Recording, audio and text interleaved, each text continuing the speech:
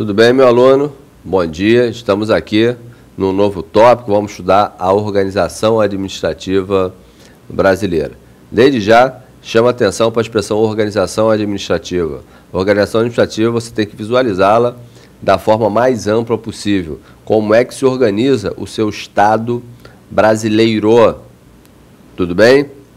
Bem, dessa forma, você já consegue visualizar que o estudo não vai se restringir à administração pública. Nós vamos avançar, nós vamos no segundo setor do Estado gerencial brasileiro, nós vamos estudar os concessionários, os permissionários de serviço público, vamos trabalhar também a autorização, que há quem diga que é de serviço público e há quem diga que é autorização apenas de serviço, e esse serviço não seria público. Vamos entrar nessa discussão, tudo bem? Vamos trabalhar também o terceiro setor do Estado gerencial, onde você teria aí as entidades sem fins lucrativos, parceira do Estado, prestando aí uma atividade social, recebendo o chamado fomento público, apoio do Estado, seriam os delegatários por colaboração, são os parceiros privados ao lado do poder público fazendo algum tipo de atividade de caráter social. Note que nós temos o parceiro empresário, que é o mercado, e nós temos o parceiro, que são entidades sem fins lucrativos. Tudo bem? Tranquilo? Chama atenção, nesse momento, para o segundo setor do Estado gerencial brasileiro, onde você tem os concessionários e o permissionário. Eu não sei se você já conseguiu organizar a ideia na sua cabeça. Nós tivemos uma aula introdutória, mas ainda assim eu vou te ajudar. Quando eu falo em Estado gerencial brasileiro, eu estou falando do Estado gerente, não é aquele Estado que faz mais. O Estado agora não é mais corpo, é cérebro. Ele observa como que as coisas estão andando. Esse Estado gerencial, ele tem o primeiro setor, onde nós temos a administração pública, que você fraciona em direta e indireta, acabou de ter essa introdução agora. Você tem o segundo setor, onde você tem o concessionário e o permissionário, tudo bem?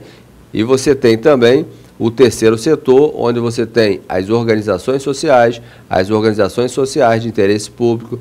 Nós vamos estudar também o sistema S, onde você tem SEBRAE, SENAC, SENAT, SENAR, enfim, uma série de entidades do sistema S, e vamos também trabalhar as entidades de apoio.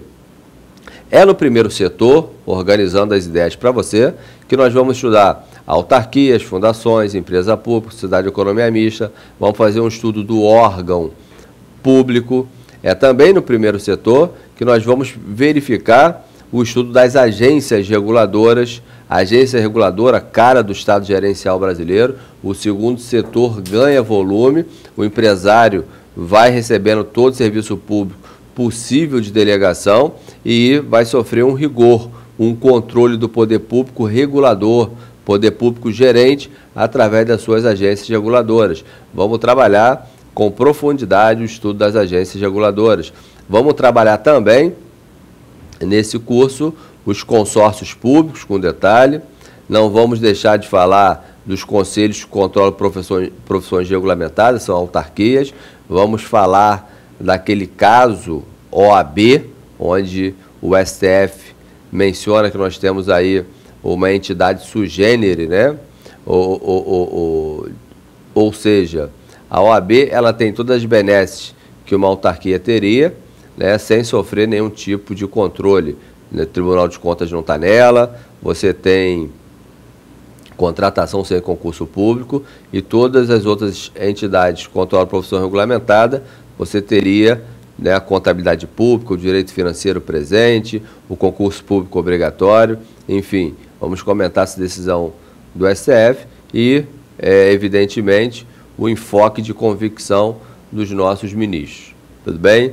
Vamos estudar ainda na organização administrativa as fundações com mais detalhes, as empresas públicas, sociedade de economia mista, também com mais detalhe. Então, estamos entrando no estudo da organização administrativa e, nesse momento, chama a atenção que tudo começa pelo texto constitucional. Vamos trabalhar dois princípios constitucionais que nos interessam para o entendimento do direito administrativo. Então, nós estamos vindo de cima e vamos começar aprofundar o tema, tudo bem?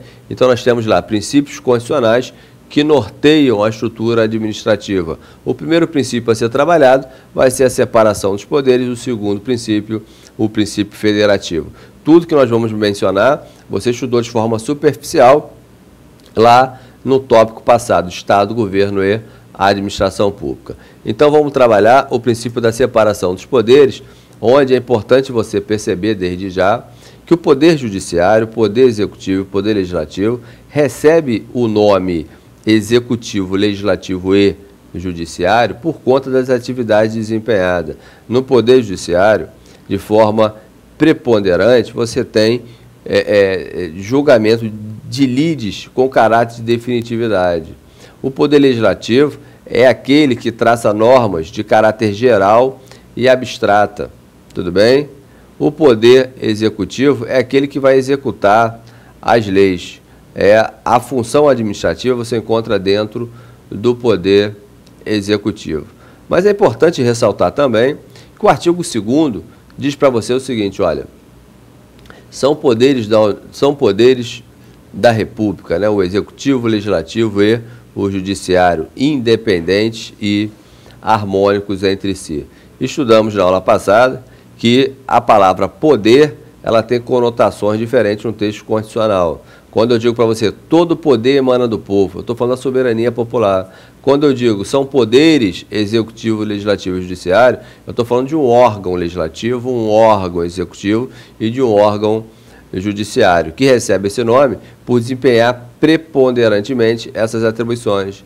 Mas você bem sabe que o Senado Federal julga o presidente nos crimes de responsabilidade, olha a função julgadora e, nesse caso, com caráter de definitividade. Você bem sabe que o regimento interno dos tribunais são feitos pelos próprios tribunais. Então você tem uma atividade legislativa feita pelo judiciário. E da mesma forma acontece dentro do executivo. E o direito administrativo, ele ganha relevância nesse estudo. Em que momento? O que nós vamos estudar é a função administrativa. Nós vamos estudar também uma quarta função que esses poderes possuem. Eu falo da função executiva, legislativa e judiciária. Existe uma quarta função que esses poderes possuem, que é a função de controle. Nós vamos ter um curso de controle da administração pública e vamos trabalhar esse tema com envolvimento grandíssimo com a Constituição. Porque quando eu falo em controle popular, por exemplo, o controle popular ele está previsto aonde? Na Constituição. Quando eu falo de controle de um poder sobre o outro, esse controle tem que estar previsto aonde? Na Constituição, porque só a Constituição pode criar exceção às regras dadas pela Constituição. Se a Constituição diz para você os poderes são independentes, quem tem que quebrar essa independência é o próprio texto constitucional. Porque se você tivesse uma lei quebrando a independência dos poderes, essa lei seria declarada inconstitucional por contrariar o texto da Constituição. Então é importante você saber que esses poderes, eles observam também uma outra função, que é a função de controle sobre os outros, sobre o outro poder. Tudo bem? Então esse tema ganha relevância quando você encontra em prova o seguinte questionamento. Pode o Poder Judiciário revogar ato administrativo? Pode o Poder Judiciário revogar ato administrativo? Se você visualiza, primeiro você tem que conseguir visualizar que o Poder Judiciário, quando você ingressa com uma ação judicial para anular um ato administrativo, isso é bem possível, porque se um ato administrativo está te causando lesão a direito, você tem que saber que nenhuma lesão a direito fugirá da apreciação do Poder Judiciário. E o Poder Judiciário, nessa ação proposta por você, chamada ação anulatória de ato administrativo, o Poder Judiciário vai declarar aquele ato administrativo nulo por contrariar alguma lei. Então, anular o ato, evidentemente que ele pode, porque esse ato está te causando lesão. Isso é uma atribuição do Poder Judiciário. É evidente que a própria administração, ela deve anular seus atos eivados de ilegalidade. Ela observa que o ato é legal, ela deve anular o ato, evidente se não existir a possibilidade de convalidação. Então, ela deve sim anular o ato. Isso aí é extremamente tranquilo para você. Agora, a pergunta pode o Poder Judiciário revogar ato administrativo, de imediato chama atenção para a palavra revogação. O que é revogar um ato administrativo? Revogar significa reavaliação do mérito. Revogação significa reavaliação do mérito. O que é mérito? O ato administrativo expedido de acordo com a conveniência, com a oportunidade, com aquilo que a administração entende oportuno, esse ato discricionário, ele pode ser retirado do mundo jurídico a partir do momento que ele se torna inconveniente ou inoportuno. Quando você tira o ato inconveniente ou inoportuno, você revogou o ato. Então perceba que é mais uma análise de conteúdo do que de adequação à lei. O Poder Judiciário pode revogar um ato administrativo, ele não vai estar adentrando nas atribuições dos outros poderes. Então tome muito cuidado, tome muito cuidado. Eu disse para você que dentro do Poder Judiciário, a função preponderante é judicial. Mas dentro do Poder Judiciário existe a expedição de ato administrativo, existe função administrativa. Tudo bem? Existe a função administrativa dentro do Judiciário. Então, se dentro do próprio Poder Judiciário foi praticado, foi feito um ato administrativo com base na discricionariedade, na conveniência e oportunidade, olhando para o mérito, esse mérito pode ser reavaliado.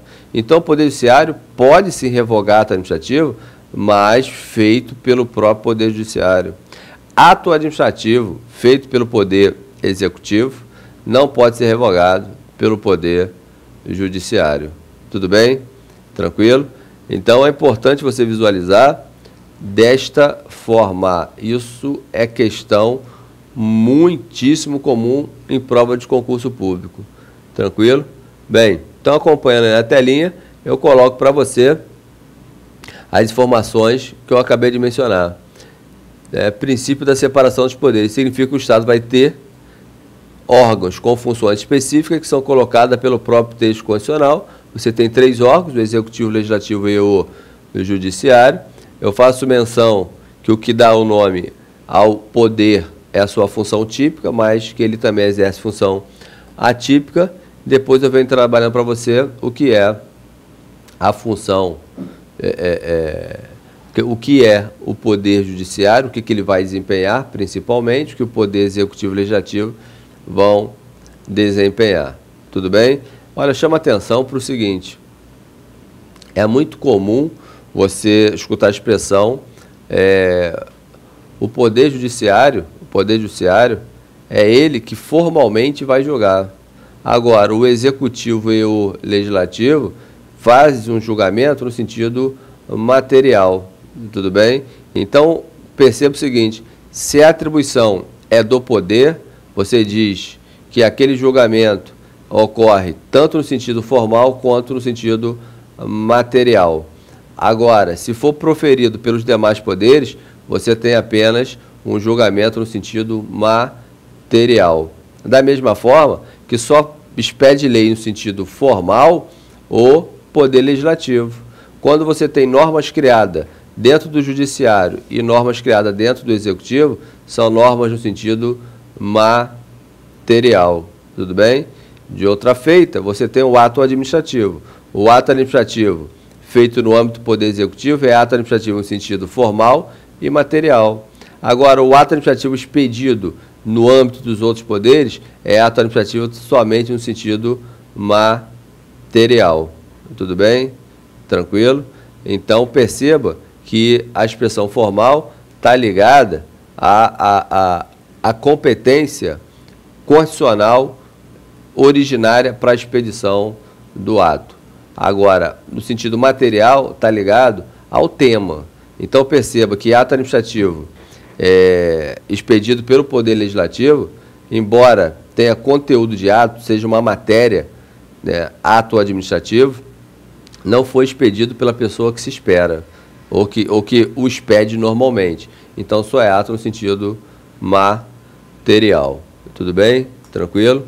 Bem, conceituo para você, faço menção à quarta função, enfim, e está tudo aí para você analisar, ler lentamente, para a tela, dá uma lida, para a tela, dá uma lida, e aqui a gente só vai bater no papo sobre direito administrativo. A finalidade é otimizar o teu tempo, tudo bem? Um abraço e até a próxima.